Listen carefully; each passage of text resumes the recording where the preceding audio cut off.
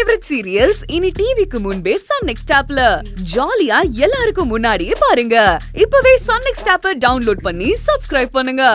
அவ உன்னை நம்பி இந்த வீட்டுக்குள்ள வாழ வந்தவ. உனக்காக அவ அப்பா அம்மா அண்ணன்னு எல்லாரையும் விட்டுட்டு நீதான் எல்லாமேன்னு சொல்லி நம்பி வந்திருக்கா. நீ அவளையே அடிச்சிட்டல, அவ மனசு எப்படி வேதனைப்பட்டிருக்கும்.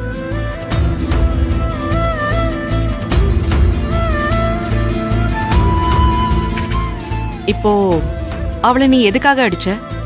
நீ கொடுத்த பணத்தை உன்னை கேட்காம அவ செலவு பண்ணிட்டான்னு அடிச்சியா? ஏண்டா அவ பார்க்காத பணமா? அவ எவ்வளவு வசதியா வாழ்ந்த பொண்ணுங்கிறத மறந்துட்டு எல்லாத்தையும் தூக்கி எறிஞ்சிட்டு இந்த வீட்டுல நம்ம கூட கஷ்டப்படணும்னு அவளுக்கு என்ன அவசியம் இருக்கு? அவ எதுக்காக இங்க வந்திருக்கா? உனக்காக மட்டும்தான் வந்தா.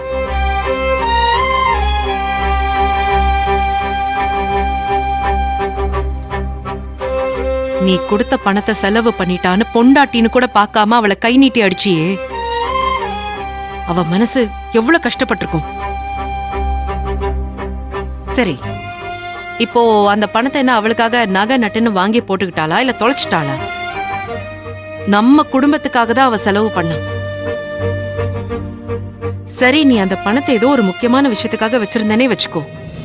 இந்த செலவுக்காக வச்சிருந்தேன்னு கேட்டிருந்தா நான் எங்கேயாவது ரெடி பண்ணி கொடுத்திருப்பேன். இல்ல மூர்த்தி ஹோட்டல் வருமானத்தை வச்சு கொடுத்திருப்பானே. இத்தனை வருஷமா அப்படித்தானே பண்ணிட்டு இருக்கோம். புதுசா என்னடா உங்களோட பணம் என்னோட பணம்னு நீ பிரிச்சு பேசுற?